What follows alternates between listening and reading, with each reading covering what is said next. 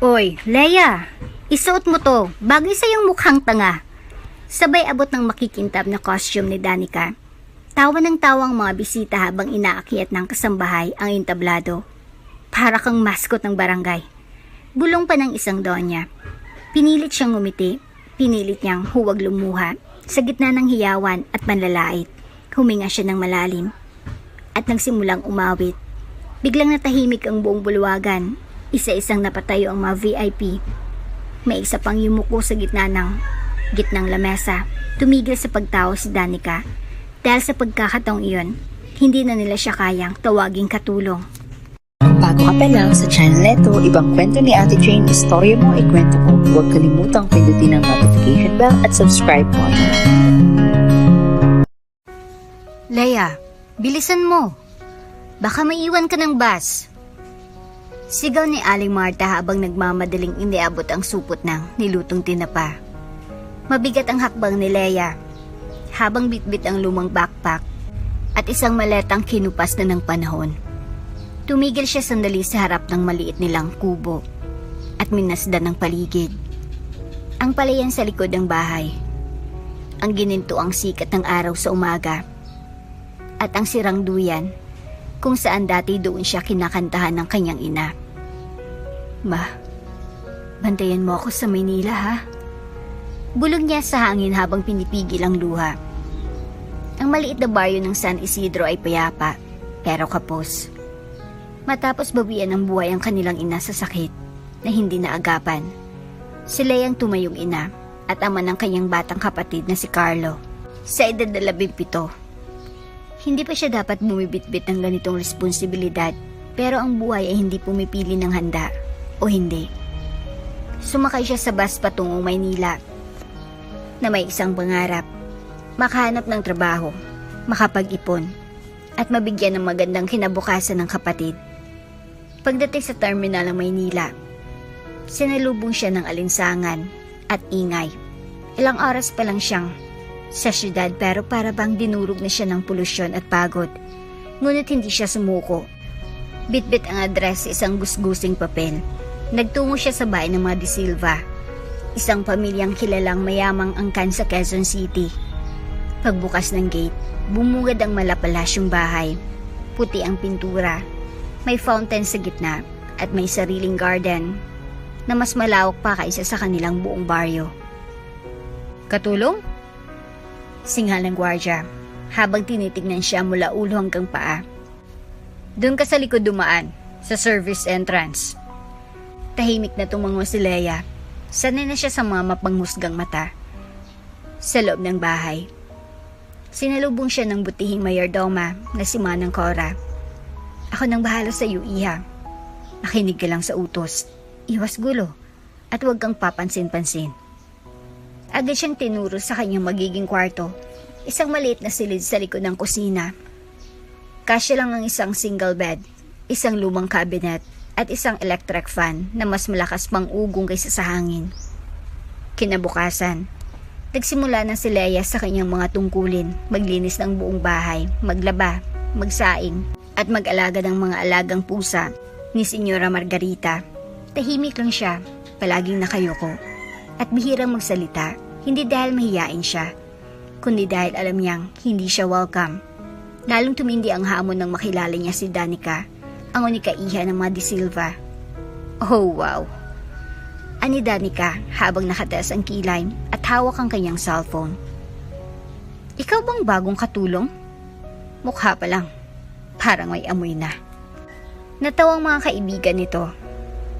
Ang suot mo, parang galing sa ukay-ukay ng ukay-ukay. Dagdag pa ng isa. Hindi kumibo si Leia, ngunit sa loob niya, parang may tinig na bumaon sa kanyang dibdib. Tuwing may bisita si Danica, pinaglilinis siya ng sahig. Pinagsisilbihan ng pagkain, pero hindi pinapakain.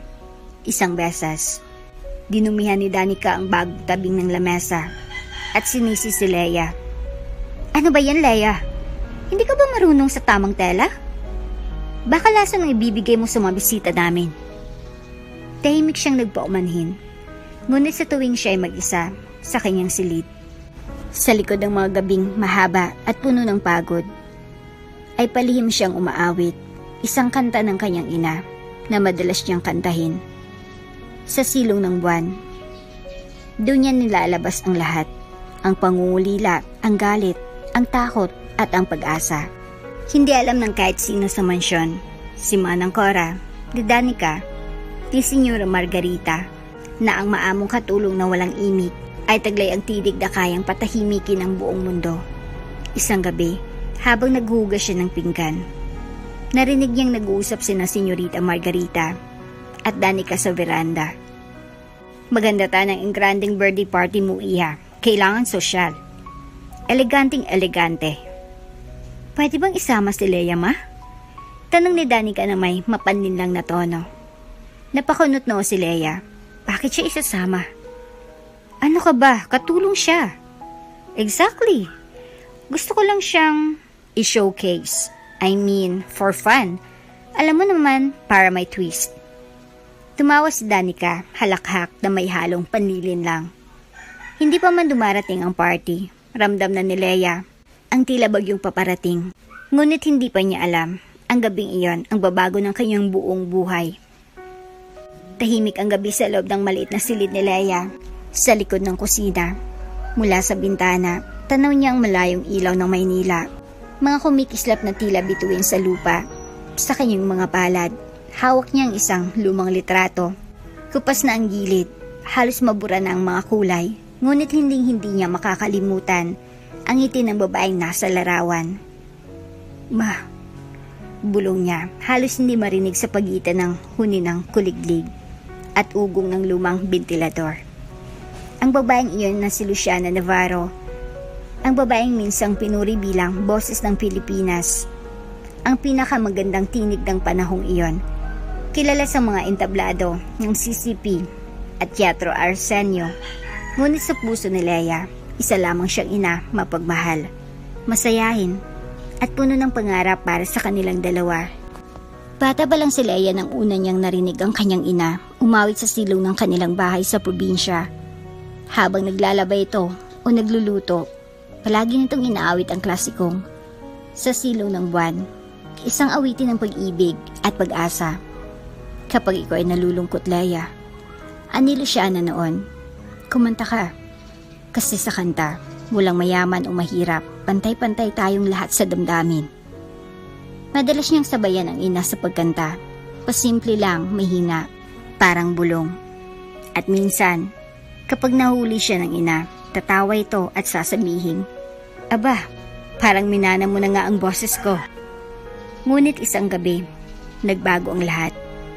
Si Leia ay 8 taong gulang noon. Nag-imbita si Luciana ng isang producer mula Maynila na naisa nang i-revive ang kanyang karera. Inawit ng Luciana ang buong piyesa ng Ave Maria sa sala ng kanilang bahay habang pinapanood ni Leia mula sa likod ng kortina. Pagkatapos ng kanta, pinalakpakan ito ng producer, ngunit kasunod ang isang malamig na tanong. "Meron po bang amang anak niyo?" Tahimik ang sagot ni Luciana. Hindi na siya sumagot.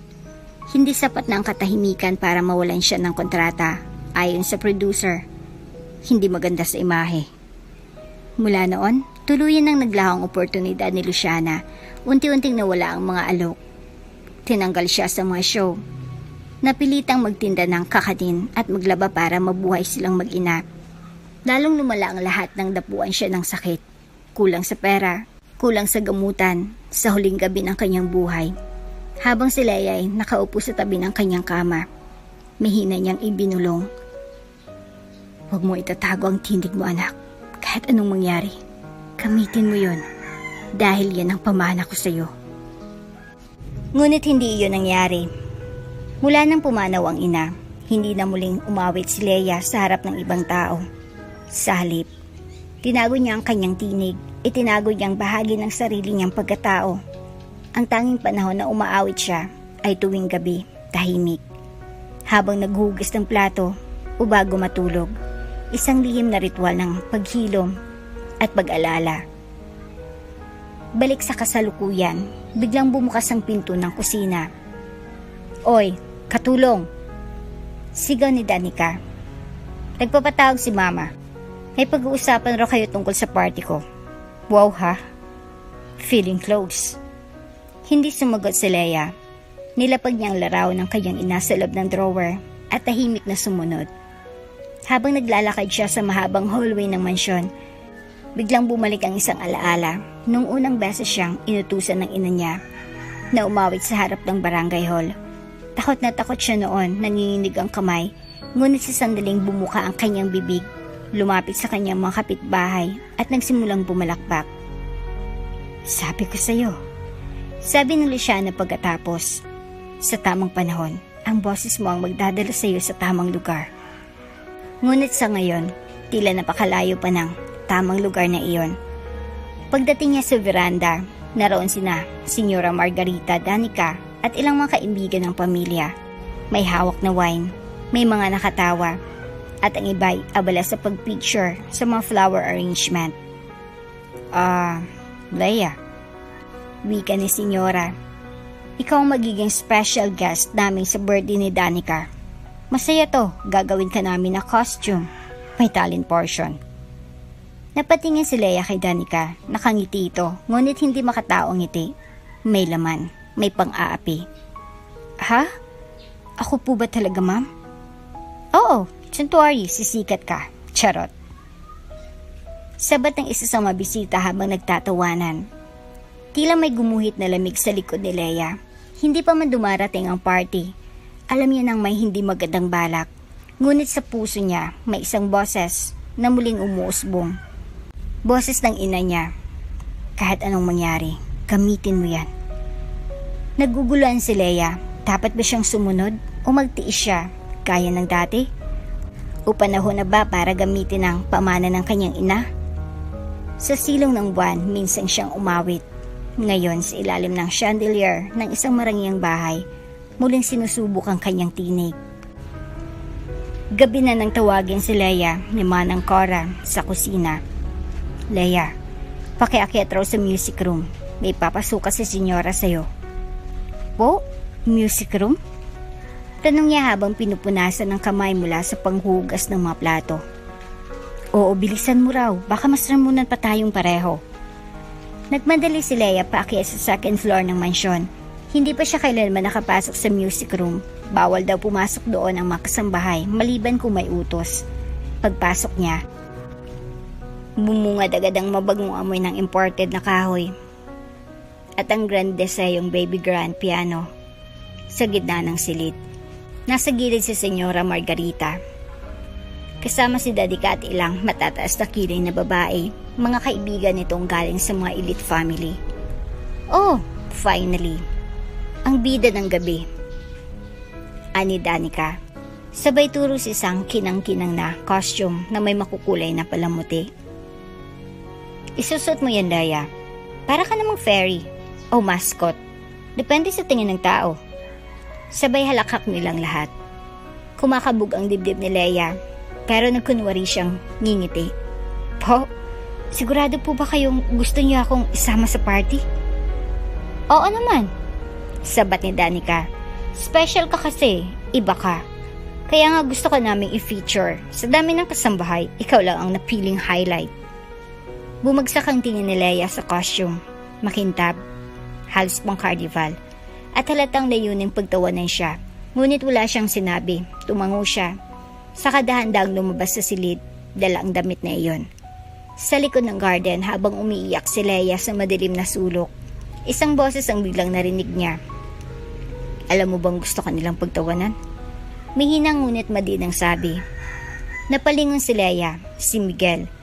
Ang panganay na anak ni De Silva, may edad na 25, tahimik at halos hindi siya kinakausap noon. Kakaibang presensya nito, laging nakaayos, laging may malalim na iniisip. Po? Tanong ni Leia agad na pinunasan ng luha. Narinig ko si Danica, sinadya nilang piliin ka para isama, hindi para purihin. Gusto ko lang nilang gawing clown sa party. Hindi na nakasagot si Leia, kumakabog ang dibdib niya, totoo palang hinala niya. Bakit mo sinasabi sa akin to? Tanong niya, pilit itinatagong pag-aalala sa boses. Dahil hindi ka dapat magpagamit. Sagot ni Miguel, hindi mo kailangang pumayag sa ganitong kalokohan. Tahimik si Leia, nais niyang tumakbo, umalis, iwan ang party. Ngunit nasa isip niya ang kapatid, si Carlo, na nasa probinsya at kailangang pag-aralin. Paano kung mawalan siya ng trabaho? Wala pa akong magagawa. Kasambay lang po ako. Biglang napayuko si Miguel. Hindi mo kailangang manatiling ganon. Sa unang pagkakataon, nagtama ang kanilang paningin.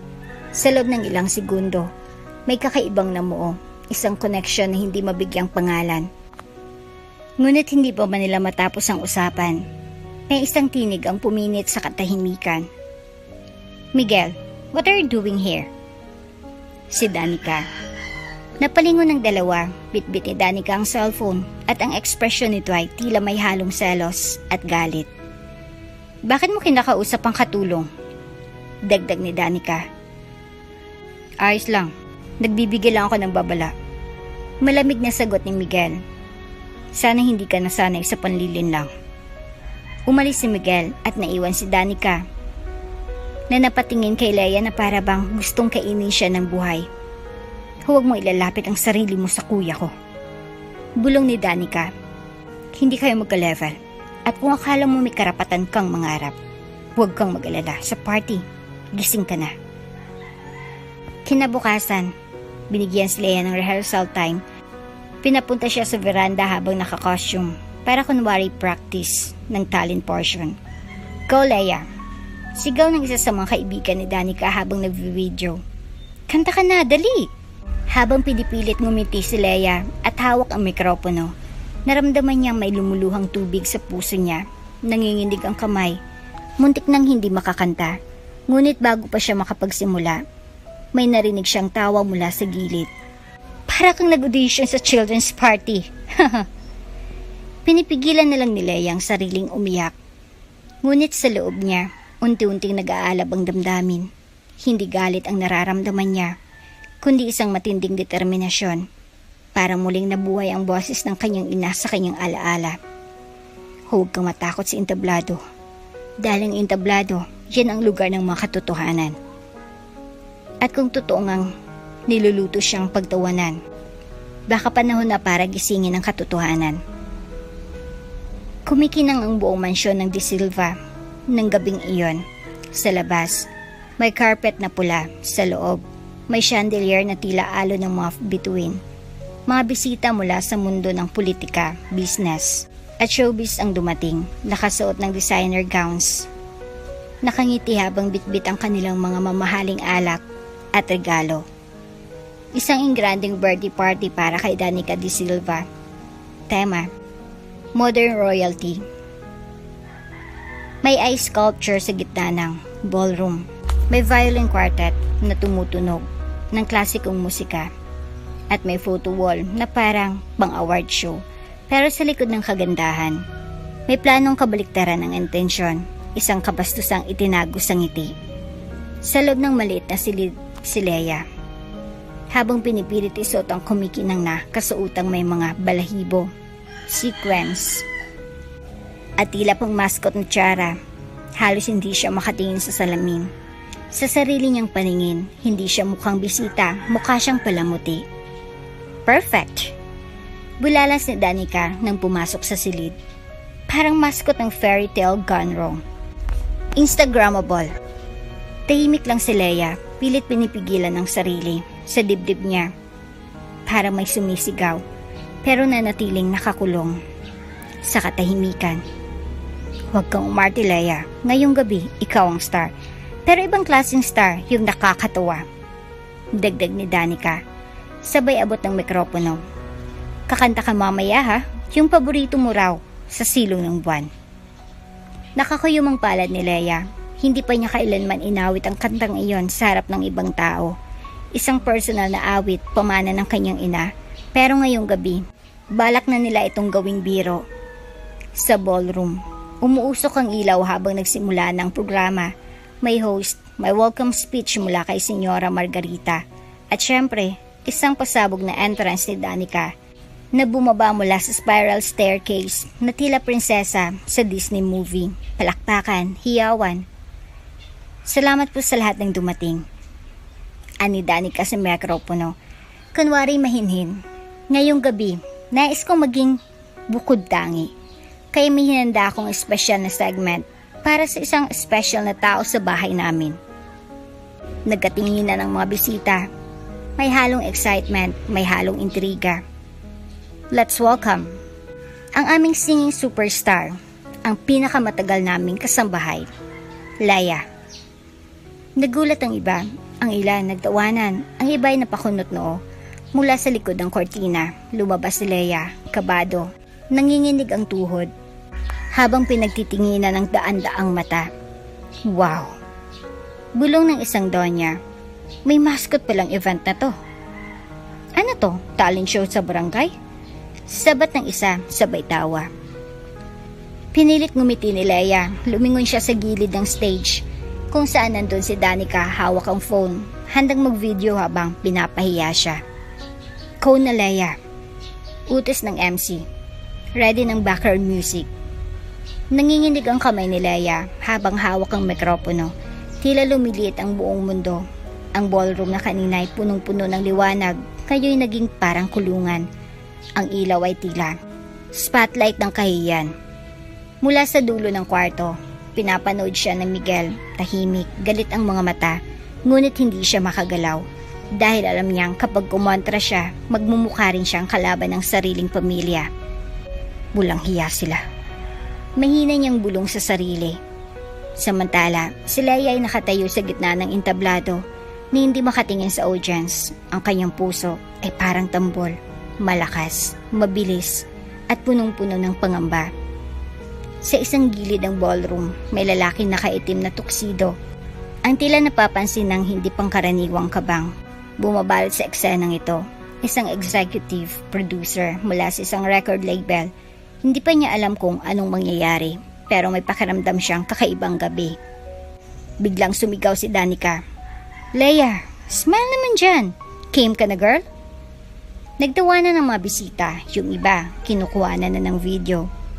At sa pagkakataong iyon, halos sumabog ng damdamin ni Leia. Nangingilid ang luha, ngunit pinilit niyang huwag bumigay. Hindi pa rin siya kumakanta. Nagkagulo ang audience. Kakanta ba yan o hindi? Tanong ng isang lalaki sa likod. Baka may matay sa kaba, first time kasi makaapak sa mamahaling carpet. Ani ng isa. Leia, kumanta ka na. Ibigay mo ng talento mo. Sigaw ni Danica na may halong pangungutya. Tumahimik si Leia. Hinawakan ang mikropono ng mahigpit. Hindi pa siya kakanta.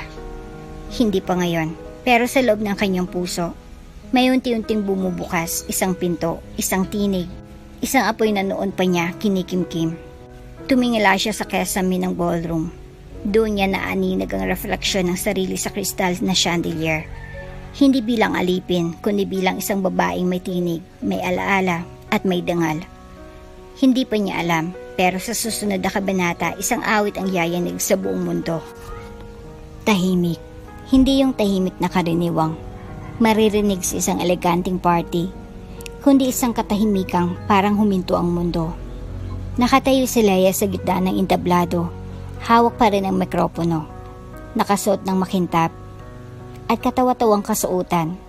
Ngunit sa mga mata ng lahat, bigla itong nawala ng kahulugan dahil sa isang iglap sa simpleng pagbuka ng kanyang bibig. Nagbago ang ihip ng hangin. Sa silaw ng buwan, ako'y naghintay. Isang mabilis, malinaw, at malamyos na tinig ang pumuno sa buong bulwagan.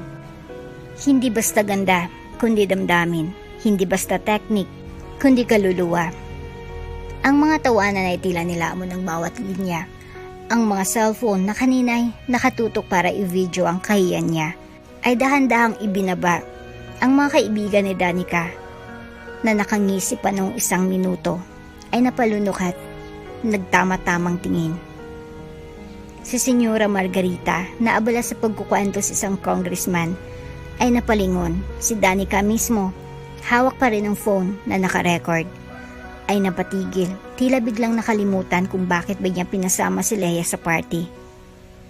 Habang ang talay lumuluha rin. Ang pagkanta ni Leia ay hindi para magpasikat. Ito'y tila pagdurugo ng puso. Isang awit na naglalaman ng pagkabata, ng kawalan, ng pagnanasa sa yakap ng yumaong ina. Ang bawat salitang binibigkas niya ay parang kasabay ng bawat bintig ng puso ng nakikinig. Nasa ikalawang taludtod pa lamang siya, ngunit ang ibang bisita ay napaluha na. Ang Madonna sa unahan, kilala sa pagiging kritiko ng entertainment, ay tahimik na nagpapigil ng emosyon. Sa isang lamesa malapit sa gitna, nakaupo si Don Emilio Zarate, isa sa mga pinakakilalang producer at patron ng classical music sa bansa. Hindi niya alam kung sino si Lea, pero sa sandaling iyon, parang nakarinig siya ng multo mula sa nakaraan. Malamang hindi. Bulong niya sa sarili, pero imposible. Sa ilalim ng liwanag, ako'y umaasang ikaw ay babalik. Si Miguel, sa kabilang banda, ay tila natulala. Noon lamang niya nakita si Lea ng ganon, hindi bilang katulong, kundi bilang isang diwata na bumaba sa entablado. Wala sa itsurang ganda, kundi sa ekspresyon sa bawat pagpikit ni Lea habang umaawit. Para bang nililipad siya sa ibang mundo. Naalala niyang sinabi ni Lea ilang gabi nang nakalipas na may kanta siyang iniingatan. Ngayon, naintindihan niya kung bakit. Si Lea ay hindi basta marunong kumanta, siya ay isinilang para umawit. Sa huling bahagi ng kanta na palunok si Danica, hawak pa rin niya ang cellphone, pero hindi niya na maigalaw ang kamay. Para siyang napahiya. Para siyang itinulak sa harap ng entablado upang pagtawanan. Hindi. Bulong niya, hindi siya dapat ganun kagaling. Pero ang katotohanan ay sumisigaw na. Ang mga bisita ay nagsimulang pumalakpak, isa-isa, walang utos, walang hudyat. Tumayo ang isang executive, sumunod ang isa pa. Sa loob ng ilang segundo, buong ballroom ay nagtaas ng katawan. Standing ovation. Si Lea, pawis na pawis, nanginginig, at may luha sa gilid ng mata, ay nakatingin sa crowd na ngayon ay hindi na nanunuya, kundi humahanga. Bravo! Napakagaling! Sino siya? Anghel ang tinig. Si Don Emilio ay hindi napigilang tumayo. Sa pagitan ng mga palakpak, marahang sumigaw. Luciana! Napatingin siya kay Lea, ang mga mata ay halos lumuluha. Hindi, anak siya ni Luciana. Hindi pa rin nagsasalita si Lea, tumango lamang siya, isang maliit ngunit matatag na ngiti. Ang lumitaw sa kanyang labi, para bang sa unang pagkakataon ay tinanggap niya na kung sino siya. Hindi niya na kailangang itago ang kanyang tinig. Matapos ang huling nota ng kanta, dahan-dahang ibinaba ni Lea ang mikropono. Tumigil siya sa gitna ng entablado, tila hindi alam kung paano tatanggapin ang nangyayari. Tahimik pa rin ang silid, ngunit hindi na ito ang uri ng katahimikan na puno ng paghamak. Ito ay katahimikan ng pagkabigani, parang bawat kaluluwa sa bulwagan ay ninakawan ng hininga. At sa dulo ng katahimikan, isang palakpak. Isa, dalawa. Hanggang sa marinig ang malalakas na pagpalakpak ng buong crowd. Tumayong isang babae mula sa unahang lamesa. Isang kilalang TV host. Sinundan siya ng isang kilalang kompositor. At pagkatapos, isang international soprano. Isa-isa silang tumindig. Parang mga domino na gumagalang sa isang hindi nila kilalang reyna. Hanggang sa halos lahat ng VIP sa silid ay nakatayo. Hindi para purihin ang production ni Danica, kundi para kilalanin ng isang tinig na hindi nila inaasang maririnig mula sa isang kasambahay. At isa-isa, sila ay yumuko. Hindi sila pumalakpak lang, yumuko sila bilang pagbibigay galang. Isa yung eksenang hindi basta nakakalimutan. Mula sa likuran ng ballroom, si Don Emilio Zarate ay nanatiling nakatayo sa kabila ng kanyang edad at karanasan. Ngayon lang muling nakaramdam ng ganitong uri ng pagkabigla. Ang boses ni Lea ay hindi lamang maganda, ito ay pamilyar, lubhang pamilyar. Parang multo ng nakaraan ang dumaan sa kanyang pandinig. Parang tinawag siyang pabalik sa isang panahong akala niya ay nilimot na ng panahon. Luciana. Bulong niya sa sarili. Dahan-dahan siyang lumapit sa entablado. Habang nagkakagulo ang mga bisita, tumigil siya sa harap ni Lea. Miss. Wika niya sa mababang tinig. Ano nga ang pangalan mo? Napatitig si Lea sa kanya. May isang saglit na tila nahulog siya sa kailaliman ng kanyang sariling damdamin. Ang mukha ni Don Emilio ay hindi niya kilala, ngunit sa mga mata nito may kakaibang sinag, para bang nakita niya siya kahit kailan pa man. Leia po, mahinang sagot niya. Leia Navarro. Parang may kumalampag na gong sa dibdib ni Don Emilio. Navarro. Hindi na siya nagtanong, hindi na siya kumibo, ngunit sa puso niya isa lang ang sigaw. Anak ka ni Luciana. Ngunit hindi pa niya sinabi, hindi pa. Habang nagkakagulo ang mga bisita paglapit kay Leia, may mga nagtatanong, may gusto agad kunin ang number niya. May mga naghain ng business card. Si Danica ay tila napako sa kinatatayuan. Hindi siya makagalaw. Nakatitig lang siya kay Leia habang ang mukha niya ay tila nawala ng kulay. Hindi. Hindi itong plano. Bulong niya. Bakit siya? Bakit siyang bida? Narinig niya ang boses ng isa sa mga kaibigan niya sa likuran. Grabe, Danica. Hindi mo sinabi na ganun siya kagaling. Para tayong nanood ng live concert. Mas magaling pa siya sa ibang artista. She's a gem. Bawat papuri kay Leia ay parang kutsilyong tumatarak sa puso ni Danica. Siya dapat ang sentro ng gabi. Siyang dapat purihin. Pero ngayon, wala nang ibang pinag-usapan kundi si Leia. Samantala, sa likod ng entablado, tahimik si Miguel. Hindi siya lumapit sa gitna ng bulwagan. Hindi siya nakisama sa mga VIP. Ngunit sa bawat papuri na naririnig niya, ay unti-unti siyang pinupuno ng paghanga at paggalang. Hindi lang siya basta magaling. Bulong niya. May kwentong boses niya. May lalim. Hindi niya maipaliwanag kung bakit. Pero sa gabing iyon, tumibok ang puso niya sa kakaibang paraan. Hindi dahil sa ganda ng tinig ni Leia, kundi dahil sa tapang sa pagdadala ng sarili sa gitna ng kahiyan at paggawa ng milagro mula roon. Lumapit si Don Emilio kay Senyora Margarita na halatang balisa. Luciana Navarro, kilala niyo ba siya? Tanong niya, tila sinusubok. Napatingin si Margarita kay Danica bago sumagot. Hindi ko kilala ang sinasabi niyo. Yaya lang ang nanay ng batang yan. Hindi ko alam kung sinong ama. Nakuha namin siya sa ahensya sa probinsya. Nagkibit balika si Don Emilio. Ganun ba? Pero sa isip niya, hindi na siya kailangang kumbinsihin pa. Totoo ang kutob niya, ang postura, ang boses, pati ang mata. Si Leia ay hindi ordinaryo. At higit pa roon, siya'y anak ng isang alamat. Pakalipas ang 3 linggo mula noong gabing yumanig ang buong lipunan, ang tinig ni Leia. Tuluyan ang nagbago ang takbo ng kanyang mundo. Hindi na siya bumalik sa mansyon ng mga De Silva. Hindi siya pinaalis, pero siya mismo ang lumisan.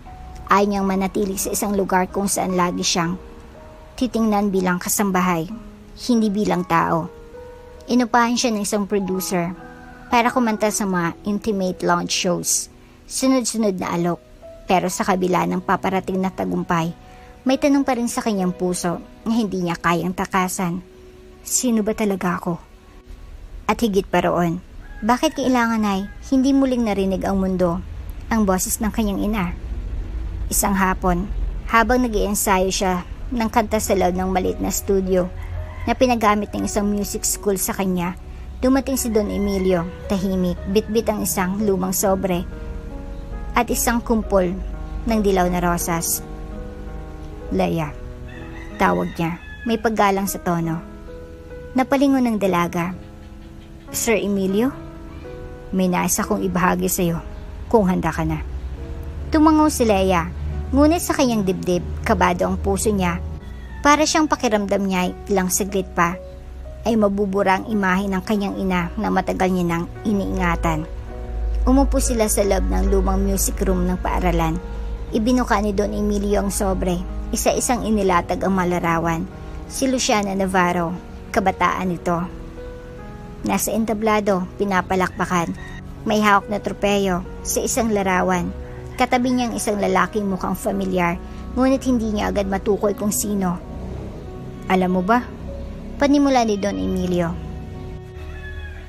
Ang ina may sinasabing ang susunod na Maria Callas ng Asia, ngunit isang araw, bigla siyang nawala.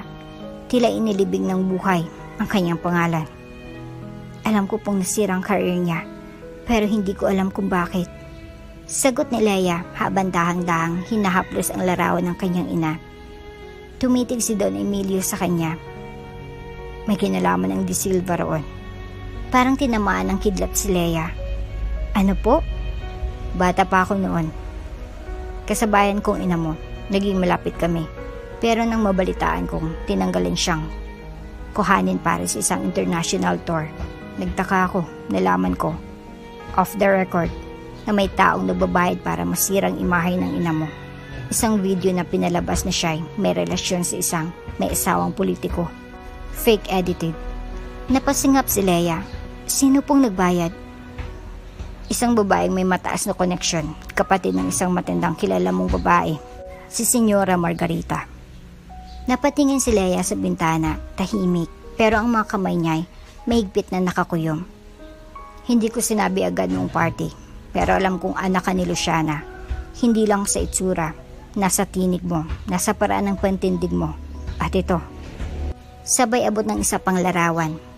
Ikaw to, hawak ka ng ina mo. Sa likod ng larawang ito, may sulat si Luciana. Para sa anak kong si Leia.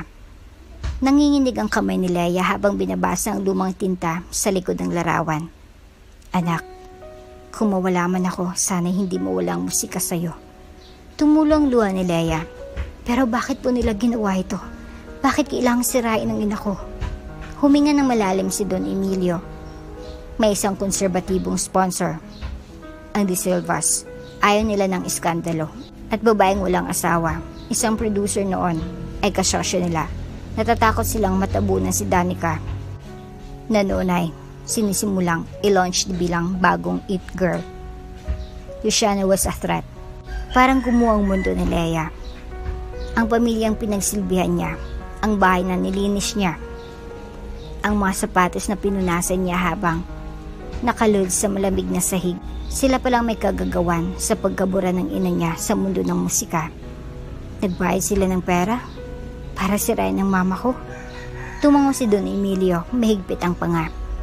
At ang mas masakit, tinakot siyang huwag magsalita dahil kung magsalita siya, pati ikaw, anak niyang walang ama, ay madadamay. Tumayo si Leia, hindi niya na alam kung gusto niyang umiyak o sumigaw. Lahat ng sakit, hiya at pagtitiis. Ngayon ay may mukha, may pangalan, at ito ay ang pamilya De Silva. Ngunit higit sa galit, may namumuong apoy sa loob niya. Hindi para gumanti, kundi para itama. Hindi ko hayaang matulad ako sa kanya. Hindi ko hayaang manatiling tahimik ang kwento naming mag-ina. Tumango si Don Emilio.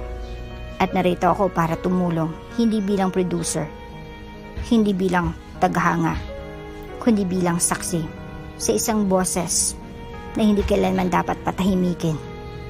Habang lumulubog ang araw sa bintana ng music room, tumayo si Leia sa harap ng lumang piano.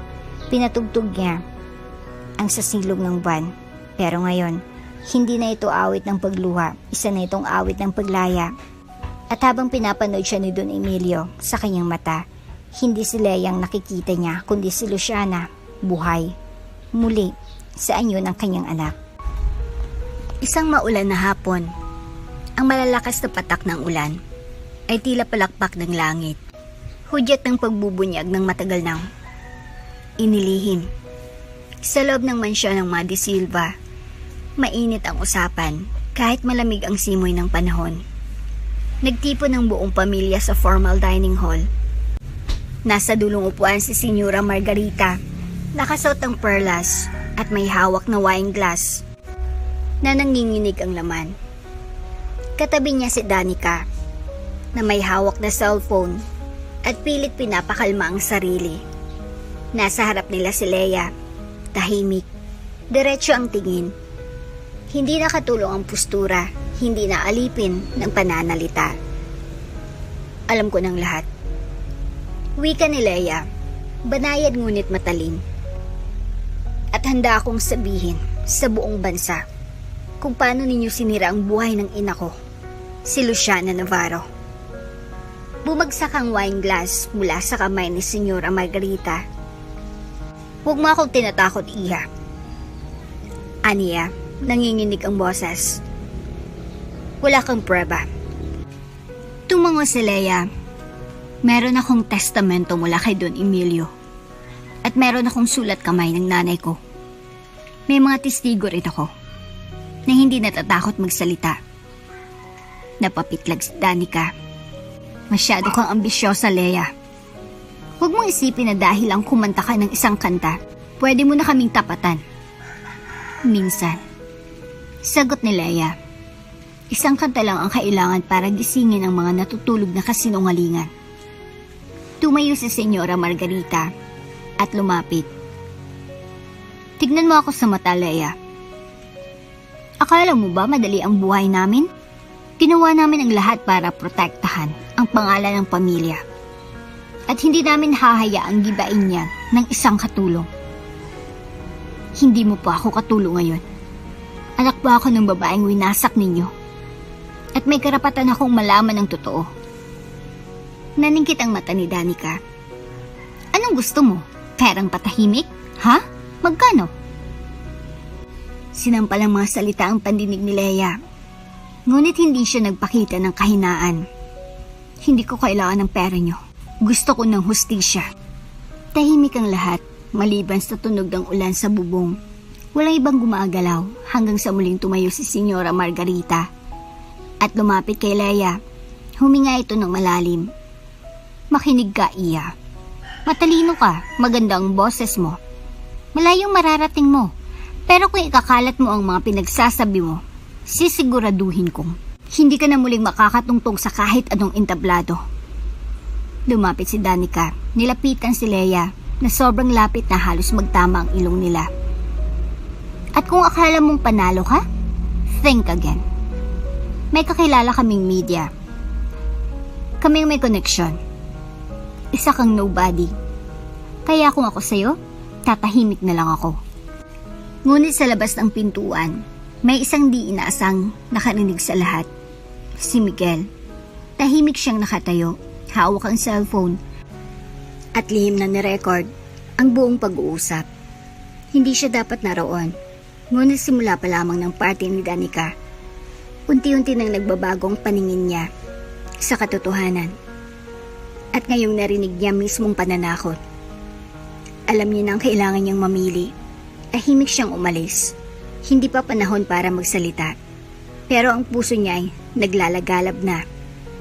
Samantala, si Leia ay iniwan ang mag-ina sa gitna ng silid. Iniangat niya ang tingin sa mga larawan sa pader. Puro larawan ni Danica, Senyora, at ng mga awards nilang ginamit para takpan ang mga kasalanan ng nakaraan. Ang dating tahimik na kasambahay, ngayon ay lumalaban. Sa kanyang dibdib, hindi lang ang pagkamatay ng ina niya ang pinapalaban niya, kundi ang prinsipyo na hindi dapat manahimik ang inaaping boses. Pag-uwi ni Leia sa tinutuluyan niyang apartment, hindi siya umiyak. Sa halip, binuksan niyang laptop at sinimula ng isang liham. Isang bukas na sulat, hindi para sa media, kundi para sa musika. Ako po si Leia Navarro, anak ng yumaong Luciana Navarro. Gusto ko pong sabihin ang katotohanan. Sa likod ng kanyang sulat, alam niyang maraming susubok manira, ngunit hindi na siya babalik sa dilim ng kahapon. Ngayon, siya nang ilaw ng sarili niyang kwento. Mula pa noong gabing tinig pa lang ni Leia, ang umalingongaw sa loob ng ballroom. Alam na ni Miguel na may kakaiba sa kanya, pero ngayon, sa gitna ng alingas-ngas, ang damdaming iyon ay hindi niya na maikakaila. Nahulog na siya. Hindi ito agad, hindi ito biglaan.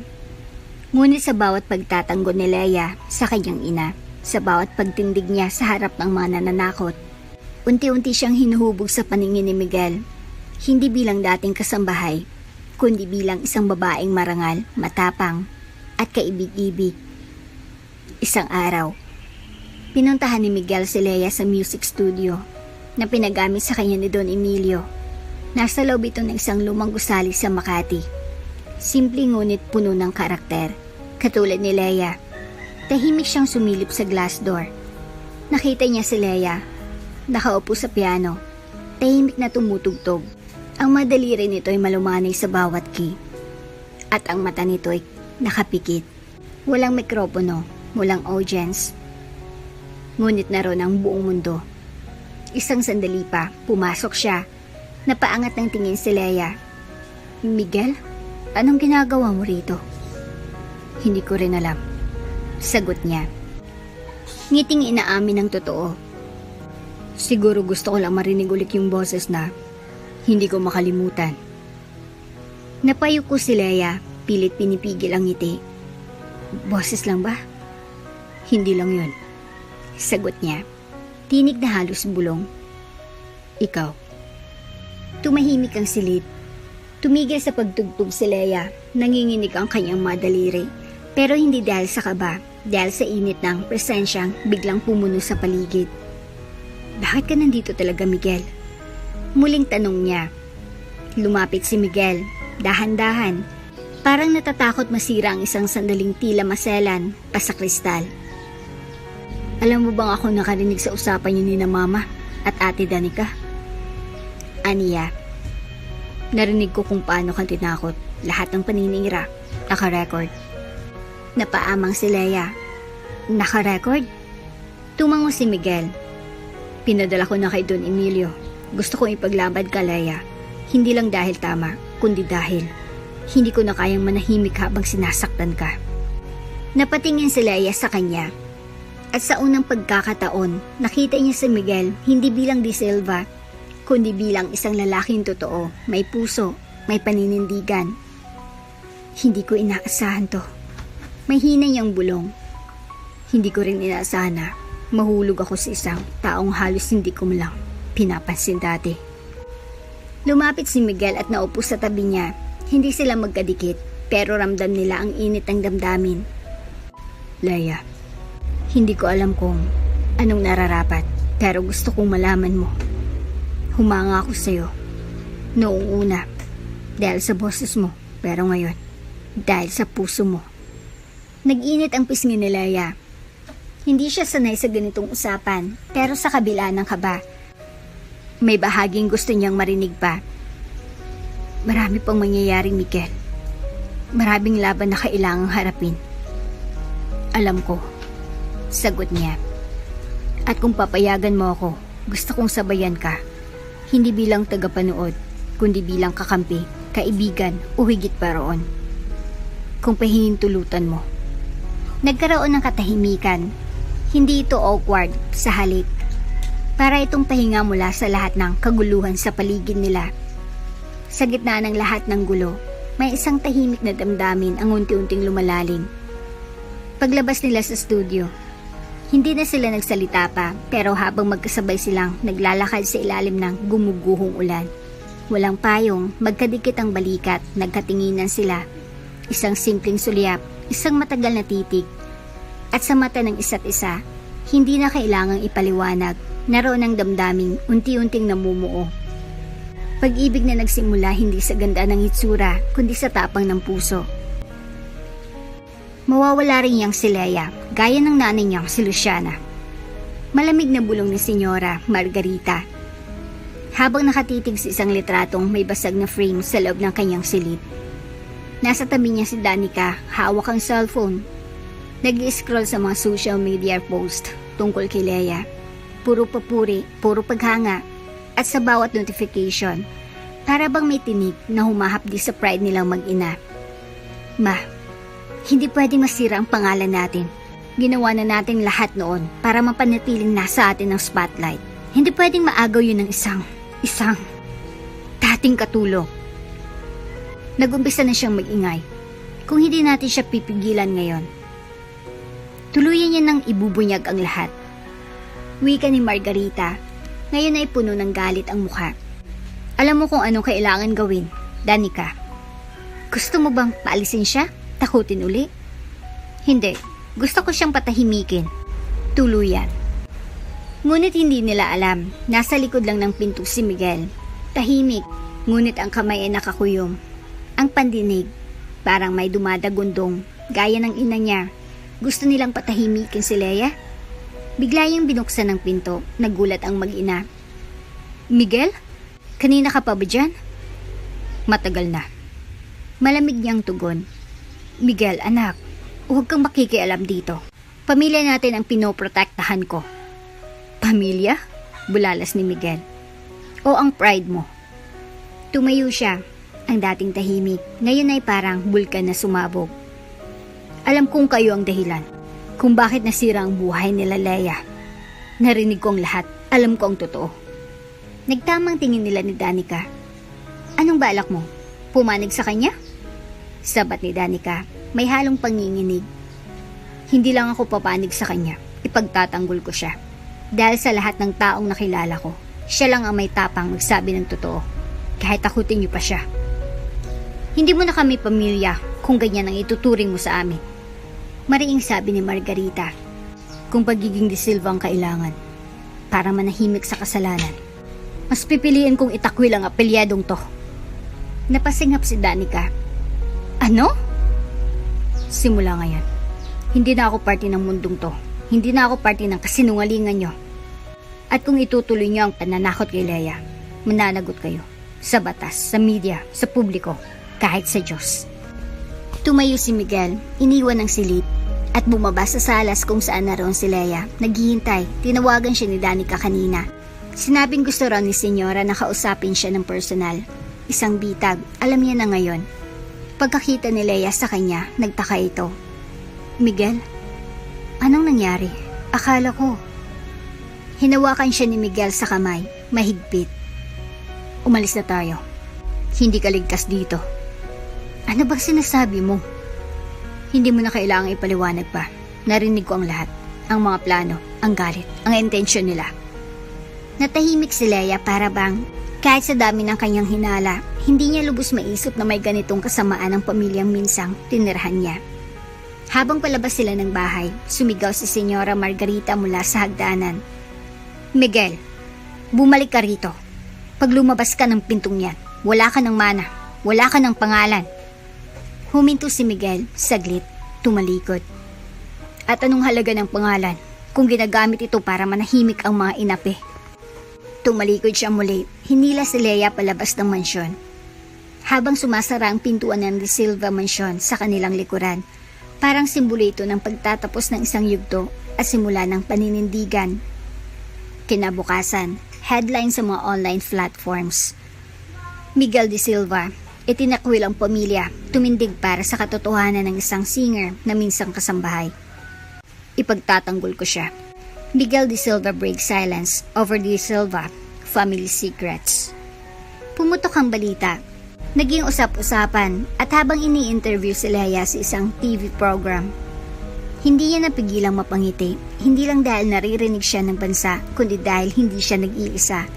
May isang Miguel na pumili, hindi ng kayamanan, kundi ng katotohanan.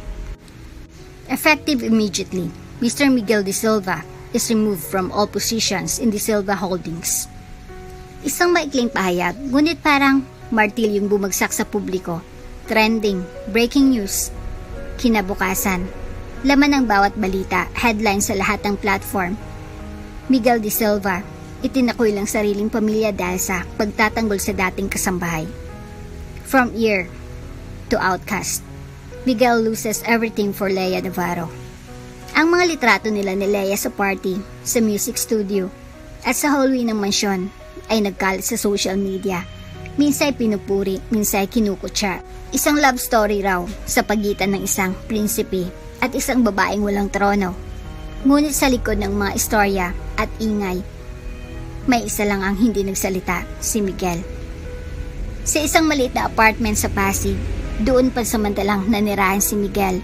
Walang kasambahay, walang sasakyan, walang katiyakan kung saan siya kukuha ng susunod na pagkain. Ngunit kahit na may naipon siyang kaunti sa mga nagdaang taon, ang biglaang pagputol ng suporta hindi basta-basta. At ang pinakamasakit, ni minsan, hindi siya tinawagan ng ina niya, hindi rin nagpakita si Danica. Isang gabi, nakaupo siya sa dilim. Hawak ang lumang gitara na iniwan sa kanya ng yumaong lolo. Binuksan niya ang cellphone, binasa ang mga balitang may litratong nakangiti siya. Noon pa man, nung hindi pa niya alam kung gaano kabigat ang pagpanig sa tama. Sa kabilang panig ng lungsod, hawak naman ni Leia ang parehong balita. Pinanood niya ang pahayag ng kumpanya kung saan formal na tinanggal si Miguel sa lahat ng posisyon. Kitang-kita sa mga mata nito ang sakit habang binabasa ang statement ng legal team ng pamilya De Silva. Dumuwa si Lea. Hindi niya inakalang ganito kalaki ang magiging kapalit ng pagsama sa kanya ni Miguel. Alam niyang siya ang dahilan. Kung hindi siya lumaban, kung hindi siya nagsalita, baka si Miguel ay nanatiling prinsipe sa palasyo. Kinabukasan, hindi mapakali si Lea. Dinala niya ang sarili sa maliit na coffee shop malapit sa music studio. Ang lugar kung saan unang naging totoo ang mundo niya. Doon niya nakita si Miguel, nakaupo sa isang sulok, payat, maputla at parang ibang tao. Miguel, mahina niyang tawag. Napatingin ng binata sa kabila ng pagod, may ngiti pa rin sa kanyang mukha. Lea, umupo siya sa harap nito. Bakit hindi mo sinabi sa akin? Tanong ni Lea, pigil ang luha. Wala rin namang magagawa. Isa lang ang alam ko. Hindi ko kayang hayaang saktan ka. Kahit na mawala ang lahat. Nawala nga ang lahat. Ngumiti si Miguel. Pero ikaw, nanatili. Hindi na napigilan ni Lea ang luhang kanina pa bumabanta sa kanyang mga mata. Pasensya ka na. Dahil sa akin. Huwag mong sabihin yan. Putol ni Miguel. Lea, kung may bagay mang pinagsisihan ko, yun lang ay kung bakit hindi pa kita ipinaglaban ng mas maaga. Tahimik silang dalawa, nagkaintindihan sa katahimikan. Hindi ako sanay sa ganito, Miguel. Ako yung taong iniwasan ng lipunan. Ikaw ang taong kinikilala. Pero ngayon, pinili mong iwan lahat para sa akin. Kasi ikaw ang pinili ko, Lea. Hindi ang pangalan ko, hindi ang karangyaan. Ikaw. Dahil ikaw lang ang totoo sa mundong puno ng peke. Ilang araw pang lumipas, muling naging laman ng balitang skandalo. Ngunit sa halip na manahimik si Miguel, mas lumakas ang suporta sa kanya, mga netizen, mga student organizations, mga kilalang artist. Lahat ay nagpahayag ng papuri sa kanyang paninindigan. A man who gave up his legacy for truth. Hindi lang ito kwento ng pag-ibig, ito ay kwento ng hustisya. Ngunit sa puso ni Lea, ang pinakamahalaga sa lahat, hindi siya iniwan ni Miguel. At kahit masakit, kahit mahirap, alam niyang hindi niya ito hayaang mag-isa sa laban. Isang gabi, habang magkasama silang naglalakad sa kahabaan ng Makati, nilingon siya ni Miguel. Lea? Handa ka bang lumaban sa susunod? Ngumiti si Lea, bakas ang lakas ng loob at determinasyong namulat sa mga mata niya. Basta't magkasama tayo. Oo. Sa unang pagkakataon, hindi na si Lea ang nasa likod ng entablado. Ngayon, siya nang nasa gitna ng spotlight. Walang costume na nakakatawa, walang panlalait, wala pang alay pusta, tanging siya, ang kanyang tinig. At isang buong salo ng orkestrang naroon. Lahat ay naghihintay sa kanyang unang buong concert bilang isang opisyal na artist sa ilalim ng Zarate Music Label.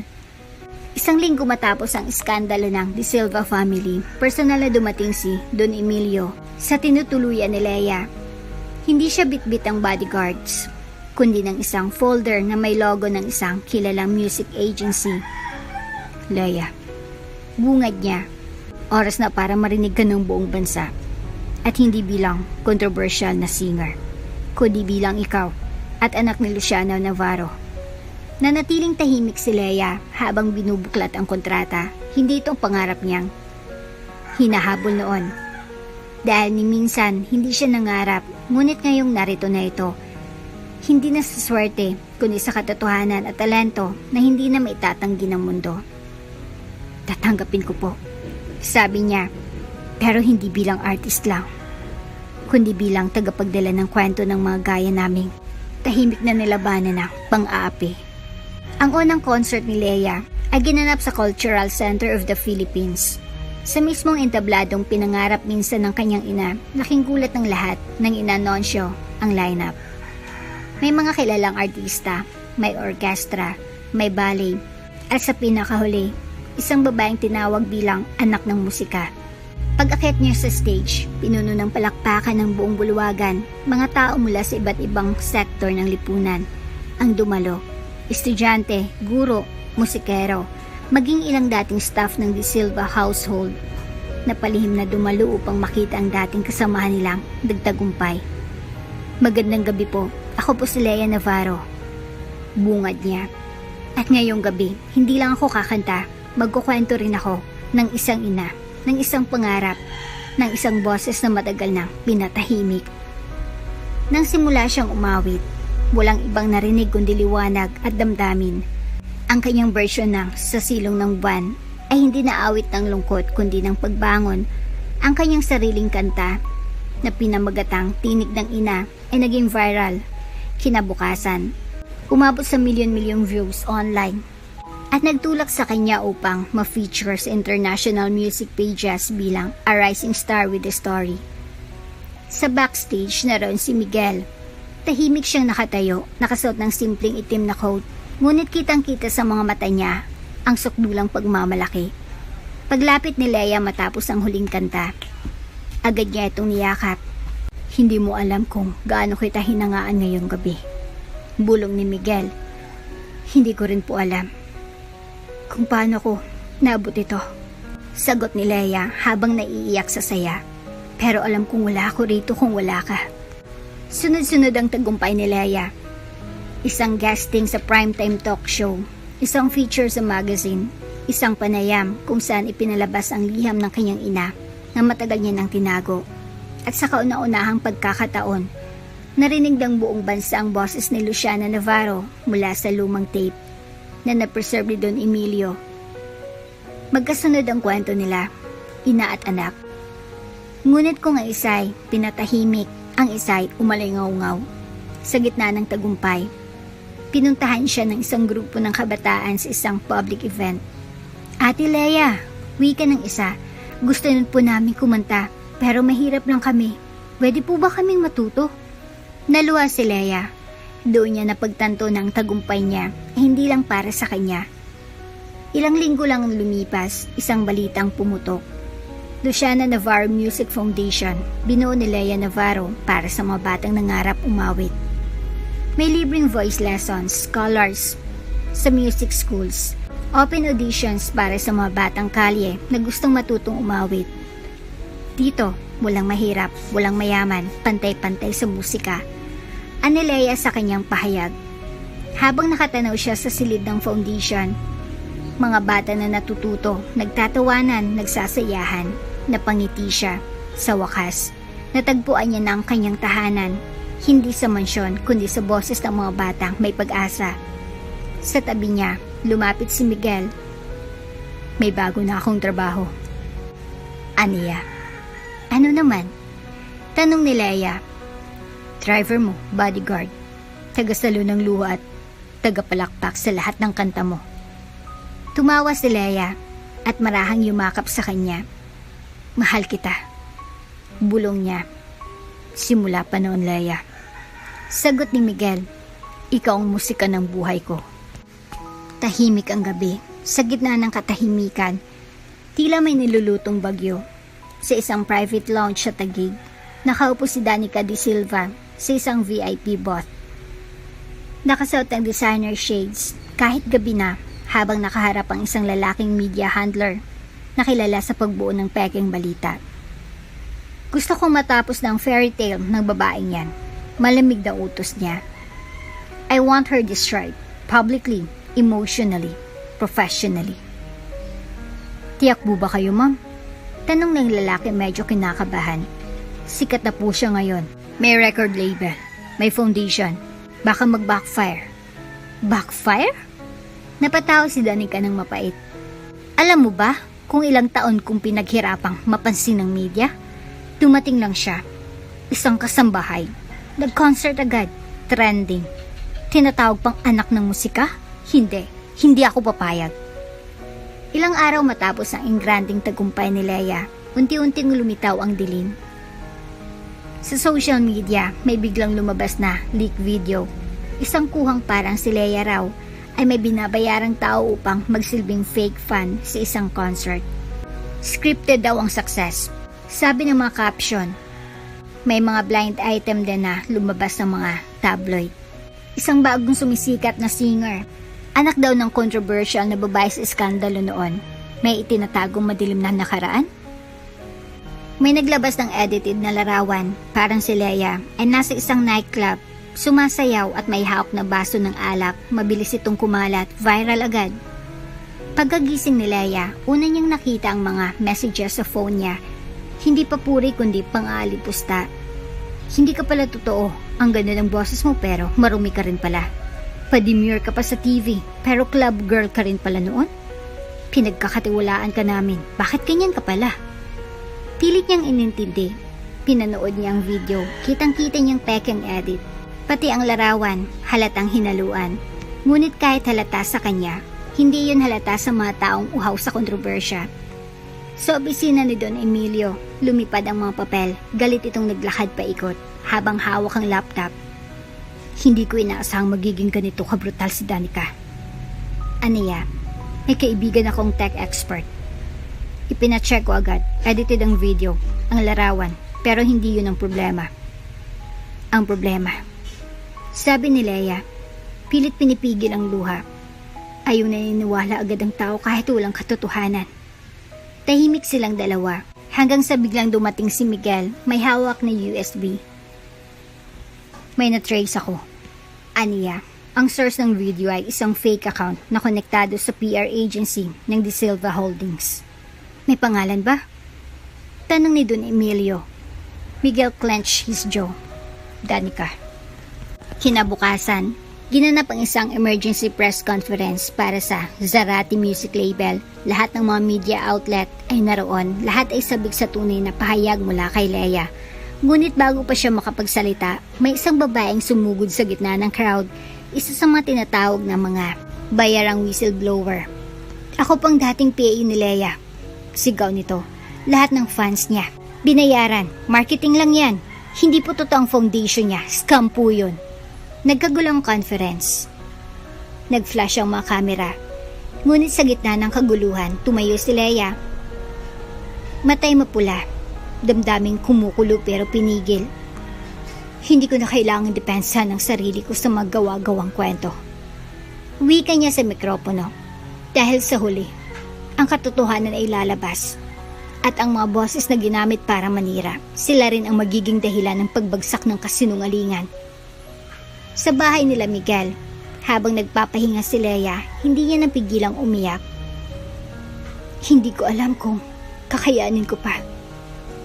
Sabi niya habang nakahiga sa sofa, ang daming naniniwala sa mga kasinungalingan. Pati foundation natin nadadamay. Lumapit si Miguel, umupo sa tabi niya at hinawakan ng kanyang kamay. Leia, hindi ka nag-iisa. Hindi ka katulad ng ina mo na pinahamak nila. Ngayon, may internet. May media na kayang ilabas ang ebidensya. At higit sa lahat, may mga taong handang lumaban kasama mo. At sa kalaliman ng gabi, habang natutulog si Leia, dumating ang isang tawag kay Don Emilio mula sa isang reporter. Sir, may update po kami. Isa sa mga editor video ay tumawag. Gusto raw magsalita. Gusto raw linisin ang konsensya niya. Napatingin si Don Emilio sa larawan ni Luciana sa kanyang opisina. Panahon na. Aniya, para masimulan ang pagbagsak ng mga haliging itinayo sa kasinungalingan. Tahimik ang gabi, ngunit may isang lihim na gumagapang sa madilim na hallway ng De Silva Mansion. Sa isang siksik at alikabuks na opisina, sa tagong bahagi ng compound, may lalaking palihim na isinuksok ang ilang papel sa isang envelope. Sa likod ng pinto, nandun si Marites, ang matagal ng kasambahay, dating kaibigan ni Leia. Halos itinuring niya ang kapatid noong sila'y magkasama sa kusina ng mansyon. Ngunit ngayong gabi, wala siyang pakialam sa alaala. Ang hawak niyang envelope ay may lamang sensitibong dokumento, ang personal records ng yumaong si Luciana Navarro. Lumabas doon sa kabataan nito.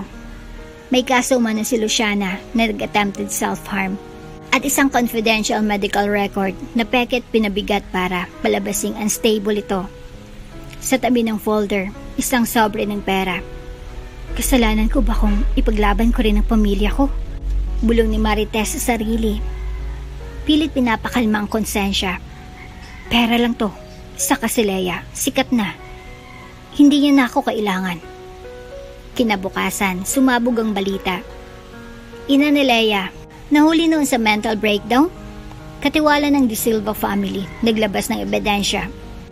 Isang bulaang iligado, anak ng classical singer, may madilim na past. Sa isang segment ng umagang programa, isang babaeng naka-blindfold ang nagsabing, kasama ko siya dati. Tahimik siyang bata pero alam naming may kakaiba. Yung nanay niya raw, minsang sinugod sa mental hospital dahil sa pagwawala. Walang pangalan, walang direktang ebidensya, ngunit sapat para muling magduda ang mga tao. Nasa Music Foundation si Leia nang matanggap niya ang mga mensahe. Hawak niya ang phone, nanginginig ang kamay, binuksan niya ang link at doon, kitang-kita niyang isang scanned document na peke ang header ng hospital. Ang parehong hospital kung saan dati nagpatingin ang kanyang ina ng simpleng anxiety. Ngunit sa papel, pinalabas na ito'y psychiatric breakdown. Napaupo si Leia sa semento sa gilid ng guardian ng mga estudyante. Nangingindig ang dibdib niya. Tumulo ang luha. Hindi dahil sa takot, kundi sa masakit na pagkadismaya. Marites, mahina niyang bulong. Ikaw lang may hawak ng mga yun. Ako pa talaga. Dumating si Miguel, bitbit ang printed screenshots at papel. Don Emilio confirmed it. Yung confidential file mo, galing sa mismong lumang cabinet ng De Silva kitchen office. Walang ibang may access noon kundi si Marites. Sabay nilang sambit. Hindi mapigilan ni Leia ang pagputok ng damdamin. Pinagkatiwalaan ko siya, Miguel. Siyang nag-abot sa akin ng gatas noong wala pa akong sweldo. Siyang unang nakaalam ng kwento ng nanay ko. Siyang umiiyak kasama ko sa silid namin kapag pinapahiya kami ni Danica noon. Ngunit lahat ng iyon, singit ni Miguel, binuray niya kapalit ng envelope ng pera. Samantala, sa isang maliit na studio, sa QC, kinakausap ni Danica si Marites. Nice work! Ani Danica habang binibilang ang natirang pera. Siya ang sinasabi ko sa'yo dati pa, loyalty doesn't pay, but I do. Hindi nagsalita si Marites, ngunit sa bawat tiklop ng perang tinatanggap niya, may bahid ng hiya at luha na hindi niya mapigilan sa kanyang mata. Bakit mo ginagawa to, Danica? Tanong niya mahinang boses. Ngumiti si Danica, malamig. Dahil hindi ako papayag na sila yung magmana ng spotlight na para sa akin. Kahit ano pang awit ang kantahin niya, ako pa rin ang may last note. Pagbalik ni Leia sa kanyang studio, dumiretso siya sa harap ng kamera. Hindi na siya naghintay ng press release o ng abogado. Hinayaan niyang magsalita ang damdamin. Sa isang live Facebook stream na umabot sa 1.2 million views sa loob ng 15 minuto, tumayo siya sa harap ng mundo. Alam kong may madokumentong kumakalat. Alam kong may mga kwento. Pero isa lang ang gusto kong sabihin. Hindi hayaan ang pagkakaroon ng inang may pinagdadaan ng emosyonal na pagsubok. Ang nanay ko, si Luciana Navarro, ay isang huwarang ina. Maaring nasaktan siya, maaring nagdusa siya, pero hindi siya kailanman naging baliw. Ang tunay na baliw ay ang mga taong pilit na binubura ang alaala niya sa mundo. Tumanggap siya ng libu-libong komento mula sa netizens. Hindi kami niniwala sa black propaganda. We love you, Leia. Mental health is not a weakness. Mas lalo kitang hinangaan, Ate Leia. Danica, we see you. You're desperate. Sa huling live, sinabi ni Leia, hindi pa itong katapusan. Sa susunod, hindi lang ako kakanta. Magsasalita rin ako. Pero sa mga tulad ng nanay ko. Para sa mga pinipilit patahimikin. Ngunit sa kabilang panig ng Maynila, si Marites ay umiiyak habang hawak ang TV. Nakakahiya ako, bulong niya. Anong klaseng kaibigan ako? Ang tanong ay tila hindi lang para sa kanya, kundi para sa lahat ng taong piniling magkanulo, kapalit ng pansamantalang aliw ng pera. Gabing walang bituin, ngunit sa harap ng Grand Concert Hall, kumikislap ang bawat ilaw mula sa kamera, phone, at spotlight, lahat nakatutok sa isang pangalan. Leia Navarro. Hindi ito ordinaryong concert. Tinawag itong liwanag ng tinig. Isang espesyal na gabing inorganisa ng Zarate Foundation para sa mental health awareness inspired by Luciana Navarro's legacy. Isang concert para sa katotohanan. Ngunit para kay Leia, hindi ito tungkol sa entertainment. Ito ang gabi ng kanyang paninindigan. Sa likod ng entablado, Nanginginig ang kanyang mga kamay habang hinihintay ang hudyat ng paglabas. Sa bulsa ng kanyang damit, isang maliit na sulat, ang huling liham ng kanyang ina. Isinulat bago ito bawian ng buhay. Mahal kong anak, kung darating ang araw na kailangan mong tumayo para sa akin, gawin mo. Hindi bilang anak ng isang singer, kundi bilang babae, bilang ikaw. Huminga siya ng malalim, pinikit ang mga mata. Let her in, sabi ng stage manager, at sa isang iglap, lumabas si Leia sa entablado. Nagkagulo ang buong venue. Tumayo ang mga fans. Kinuhanan siya ng larawan, sumigaw ng ilan. We love you, Leia! We believe you! Sa gitna ng sigawan, tumayo siya sa harap ng mikropono, ngunit hindi agad siya kumanta. Sa halip, maraang binuksan ni Leia ang envelope ng liham. Humugot ang hininga at nagsimulang magsalita. Magandang gabi sa inyong lahat. Panimula niya, tinig na may halong kaba ngunit matatag. Bago po ako umawit ngayong gabi, hayaan niyo magsalita ako. Hindi bilang artista, kundi bilang anak. Anak ng isang babaeng matagal nang pinatahimik ng kasinungalingan. Tahimik ang lahat, maging ang mga reporter, mga influencer, mga critics, lahat nakatutok. Ang pangalan po ng aking ina ay si Luciana Navarro. Patuloy ni Leia. Isang babaeng may boses na ginamit hindi para sumikat, kundi para magpagaling, magpaabot ng damdamin at magmahal. Ngunit isang araw, siya ay siniraan, pinatahimik at ibinaon sa limot. Hindi dahil sa kakulangan niya, dahil sa kasinungalingang itinanim ng mga taong takot sa kanyang liwanag. Tumigil siya, tumitig sa harap ng audience. Ang pamilyang pinagsilbihan ko, ang De Silva, ang dahilan kung bakit nawala sa mundong ina ko. Silang nagpakalat ng kasinungalingan, silang nagbayad parang patahimikin siya. At ngayong ako'y sumusunod sa kanyang yapak. Sinusubukan nila akong siraan, ngunit hindi ako titigil. May mga napaluha, may mga tahimik na pumalakpak. Ngunit si Leia, tuloy lang. Kung kasalanan ang mangarap bilang anak ng isang dakilang babae, tanggap ko. Kung kasalanan ng maging totoo, aaminin ko. Ngunit hindi ko haya ang mangyari sa akin ang nangyari sa nanay ko ngayong gabi ng katotohanan. At ito ang kanta ng aming kwento. Tumunog ang piano. Tumugtog ang orkestra. At sa unang nota ng awitin niyang, tinig ng ina, parang huminto ang oras. Lahat ng puso ay binuksan, lahat ng mata ay nakatitig. Ang bawat salita ay parang patak ng ulan sa tuyot na lupa. Dumidikit, bumabaon, at bumabalot ng damdamin. Kung ako'y pinatahimik, ika'y dapat magsalita. Kung ako'y kinalimutan, ang alaalay isulat sa kanta. Hindi lang ito kanta. Ito ay pag-iyak ng mga anak sa kanilang mga inang hindi ipinaglaban. Ito ay pag-amin sa kahinaan at pagbawi ng dangal. Ito ay pagkanta ng isang babae na dati walang tinig. Pagtapos ng kanta, walang gumalaw, ilang segundo ng katahimikan, hanggang sa may isang batang babae na tumayo mula sa likod ng auditorium, palakpak sa taas ng ulo. Sinundan ng isa, hanggang sa buong concert hall ay nagbigay ng standing ovation. Umiiyak, tumatawa, pumapalakpak. Nagyukyukan, yumayakap, sumasambit ng iisang pangalan. Leia! Leia! Leia! Hanggang pinapanood siya ni Miguel mula sa gilid ng entablado, napapikit siya sa sobrang pagmamalaki. Yan ang babae na pinili kong ipaglaban. Aniya sa sarili. Si Don Emilio naman, nakatayo rin sa audience, pinupunasan ng mata. Luciana, nasan ka man? Makikita mo na ngayon ang anak mo ay hindi lang umaawit. Siya nang bumubuo ng kasaysayan ninyo. Sa backstage, habang pinapalakpakan pa rin siya ng audience, humarap si Leia sa kamera ng media. Tapos ng katahimikan, wika niya. At kung may isa mang boses na natutunan kong gamitin, ito ang boses na lahat ng babaeng matagal nang inabuso ng kapangyarihan. Ito ang boses ng mga nawalan na ngayon ay lumalaban. 5 taon ang lumipas. Sa gitna ng isang malawak at makulay na concert hall sa Quezon City, nakadisplay ang isang ginto't kristal na plaque.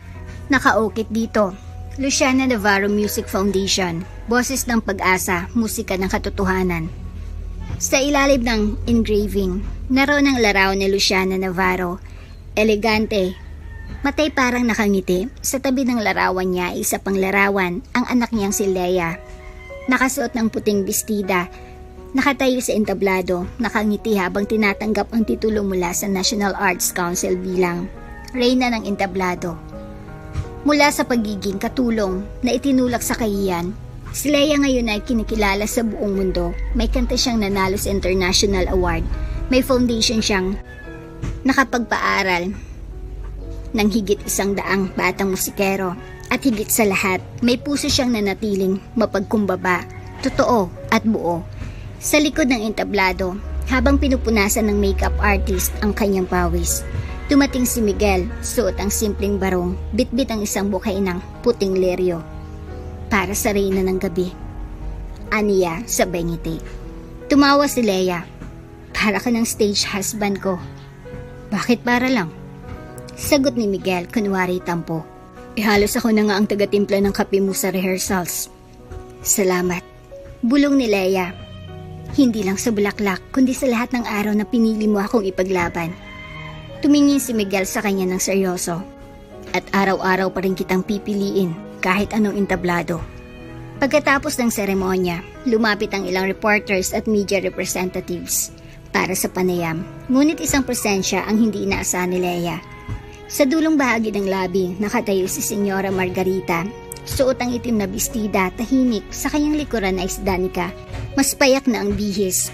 Wala ng make-up na dati kanyang sandata. Mag-ina silang tila bitbit ang bigat ng sariling anino. Dahan-dahang lumapit si Margarita. Leia, bungad niya. Hindi kami narito para sa publicity. Hindi rin para makisawsaw sa tagumpay mo. Tumango si Danica. Nandito kami dahil gusto naming humingi ng tawad. Nanahimik si Leia, tumitig sa mga mata ng dalawang babaeng minsang naging pinakamatinding dahilan ng kanyang sakit. Ngunit ngayon, ang mga mata ng mga ito ay hindi na mayabang. Hindi mapanlait, kundi puno ng pagsisisi. Alam kong hindi sapat ang sorry. Wika ni Senyora Margarita. Nanginginig ang boses.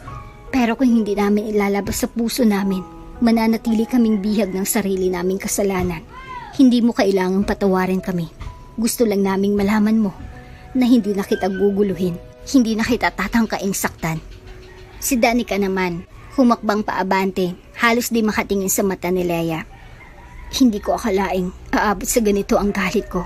At sa bawat tagumpay mo, hindi ko nakita yung yabang, kundi ang lakas na wala ako. Saglit na katahimikan, hanggang sa huminga ng malalim si Leia at marahang umiti. Hindi ako Diyos para humusga, pero ako ay anak ng isang babaeng minahal ako kahit wala akong maibigay na kapalit. At kung may natutunan man ako sa kanya, yun ay ito, mas mahalagang pagpapatawad kaysa paghihiganti. Sabay abot ni Leia ng kamay niya. Pinapatawad ko kayo. Lumuha si Margarita at Danica. At sa unang pagkakataon, yakap ang pinalit sa dating pang-iinsulto. Ilang linggong matapos ang event, isang bagong balitang lumabas. Miguel De Silva. Muling itinalaga bilang Executive Director ng De Silva Holdings. Sa isang press release, sinabi ng board na, sa kabila ng mga nakaraang isyo, pinili naming ibalik si Miguel.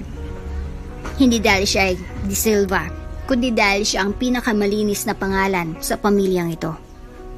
At sa unang araw ng pagbabalik niya sa kumpanya, pinuntahan niya si Leia sa Music Foundation. Huwag kang mag-alala. Sabi niya, hindi ako babalik sa kanila para sumama sa kanila. Babalik ako para gawing mas makataong sistema, para may magbukas ng pinto sa mga tulad mo. Sa huling bahagi ng gabi, habang pinagmamasdan ni Leia ang mga batang nagpa-practice ng sayaw at kantang sila mismong sumulat, tinawag siya ng isang batang babae. Ate Leia, pwede po ba kayong kumanta uli ng kanta ng nanay niyo? Gumiti siya, tumango. Lumapit siya sa gitna, naupo sa piano at nagsimulang tumugtog ng sa silong ng buwan.